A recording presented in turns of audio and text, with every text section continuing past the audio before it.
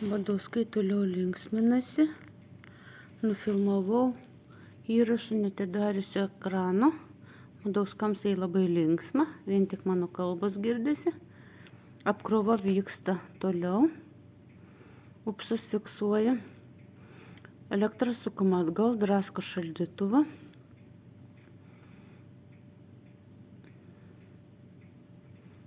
Savaitgalis, Badauskai jau 3 savaitę. Visiškai įžūliai suka elektrą atgal. Eso dangsto,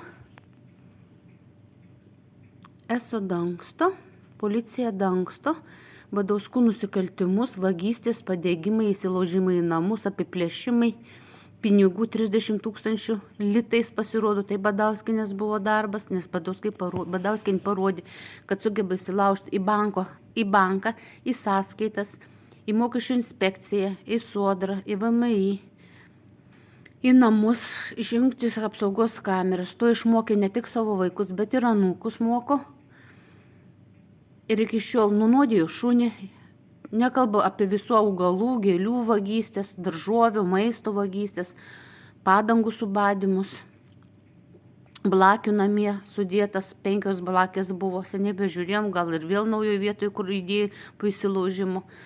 Elektros vagystė namuose, pakartotiniai prisijungimai, neteisėti sekimai, pasiklausimai, ne tik manęs, bet čia ir jau visos Lietuvos ir Latvijos pareigūnų pasirodo pasiklausimai vyksta. Šiandien girdėjau per radiją, kad ir vėl grasinimai susprogdinti, tai ir Badauskų grupuotė greičiausiai vėl toliau linksminasi, nes Badauskienė turi tikrai psichinį sutrikimą, asmenybės susidvejinimą. Jei sukelia tai malonumą, kitus skriausdama, apvogdama, jei tai kyla didžiulis malonumas, didžiulis pasitenkinimas, tai yra psichinis sutrikimas. Tai yra paveldima, tai yra šizofrenijos forma, yra literatūrai, yra medikai, yra psichologai apie tai kalba, kad Badauskai yra maniakai ir jau nesveiki ir juos reikia izoliuoti. Ta psichologė, ne viena psichologė tą kalbėjo. Pažiūrėsim, kiek ilgai Telšių policija dangstys, kreipsimės jau ir kitur sutartę, judėsim į priekį, tik kuo toliau, tuo daugiau mes įrodymų surenkam ir tuo daugiau sužinom, kurie asmenys, kokie giminaičiai, kokie vaikai ir kokie anūkai yra prisijungę. O prisijungę yra nuo mažiausio anūko iki vyriausio Elijaus Paškausko, palei žaidimus, palei matematinės užduotis, kurias atlieka prisijungia prie mano paskyrų, per mano telefonų įrenginį, apie žvejybas, apie sportą, visą tai atlieka Badauskai. Tai yra tuo, ko duomisi. Net reklamos yra visos susijus su kriptovaliuta, bitkoinais. Ignitis eso ignoruoja, tai yra slepia.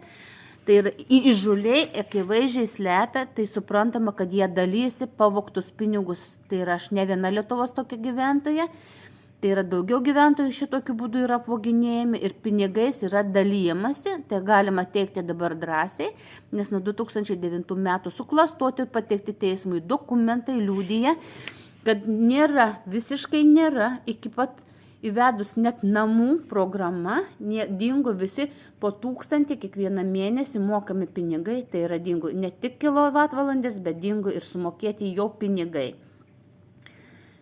Teismas, apeliacinis teismas ignoravo Badauskų nusikaltimus. Tai yra korupciniai teismai, korupciniai veiksmai.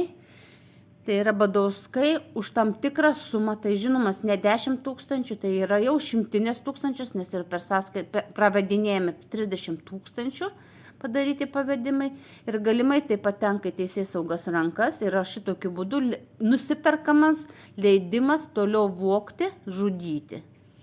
Šiuo metu Badauskai įjungia laiko timerį, jeigu pasižiūrėjus visus įrašus visų 3 metų, galim tiesiog sekundės tikslumu matyti, kada Badauskai įsijungia 222, tai yra laiko timeris ir vienodai sistemingai rodomi rodmenys elektros. Ir Badauskai tai labai gerai žino, kad yra užfiksuota, kad 3 metai yra video įrašai daromi ir kad naudojamas laiko timeris, tai yra faktas, nes telefonas taipogi fiksavo.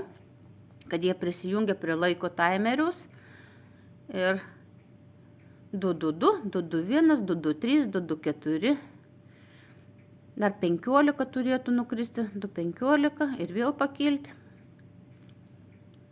Tai va, kaip junginėjam. Vadoskai dabar kontroliuoju, nes mato mano įrašus, kad aš filmuoju ir jie šitaip demonstruoja. Įrašai nepakliūva į pareigūnų rankas, nes kalbėjau su pareigūnais, pasakė, įrašų negauna, nors Badoskai parodo, kad jie išsisiuntė, tai yra jie įsilaužė.